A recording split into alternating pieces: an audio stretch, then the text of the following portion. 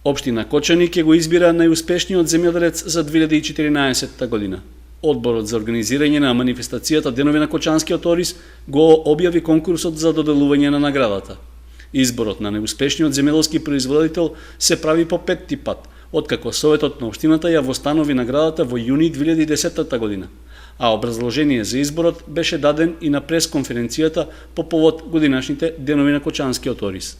Општина Кочани, смогна сили, издвои средства од својот буџет со кој што обезбедува за една приклучна машина за најдобар земјоделец во општината, што представува уште еден стимул за нашите регистрирани земјоделци да ги покажат своите успеси во производството, односно во оризопроизводството, со тоа што оваа година веќе се средствата поголеми, односно влегуваме со една поголема приклучна машина, фреза, која што е една од изразито потребните приклучни машини кај оризопроизводителите.